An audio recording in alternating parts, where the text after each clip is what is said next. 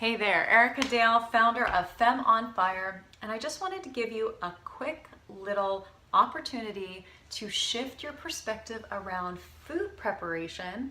If you're not like me and you already absolutely love cooking and spending time in the kitchen. Now, with that said, I don't spend very much time in the kitchen.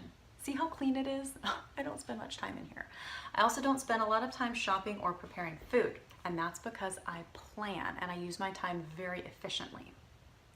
But if you're anything like I used to be, you spend way too much time in the kitchen trying to figure out what to eat, constantly going to the grocery store. It's like this constant snowball effect that you kind of can't get out of, and it doesn't feel good. If you're experiencing that now, or you just plain and simply don't like cooking, don't like being in the kitchen, what I want to offer you is a perspective shift. What if you just made a conscious choice to treat food preparation and cooking as a sacred activity? These are our vessels. These are our precious bodies that are the conduit of inspiration, of life force energy. This is how we're having our physical human experience. So what's your experience like? Could it get any better? Are you feeling amazing? If so, turn this off. If it could get better, hear me out here. If you shifted your perception to treat food preparation, feeding this amazing vessel, as a sacred activity, you might just see a major shift. Some of the things that I do in order to create a sacred activity is when I approach cooking and food preparation, I just don't come in and just start blah, blah, blah. I get still for 2 seconds. I remember my intention, which is to create sacred space, slow down, and breathe. Did you just take a breath? How often do we forget to breathe? So just there, even just that, my vibration changed. On top of that, I always have a beautiful, delicious cocktail in hand. Cooking used to be amazing when I was throwing back the wine, of course, but I don't do that. That's not in support of my goals.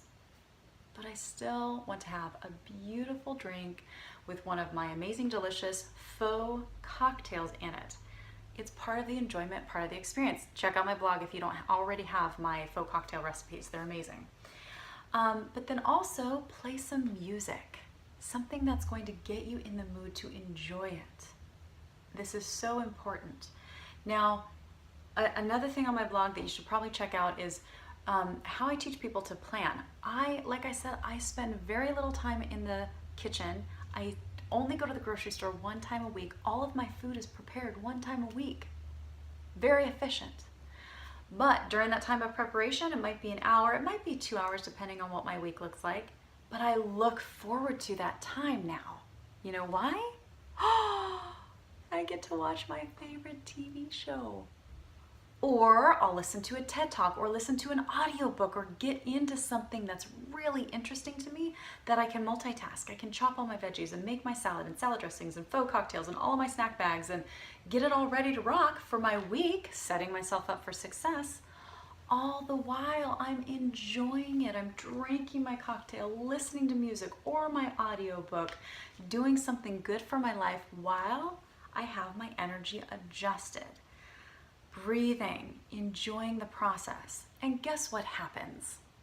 When you focus on something, when you're enjoying it, when you're able to be creative, when you've made it a priority, the results change.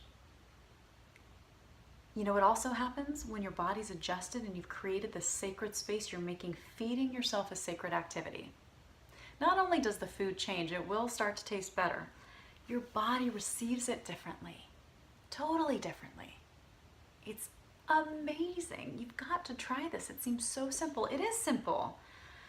And it will have such a big impact on how you're prepping your food, how you're planning, actually starting to look forward to it. And you might discover that doing it this way, you end up spending a lot less time and life force energy in the kitchen. So give it a try. Let me know what you think.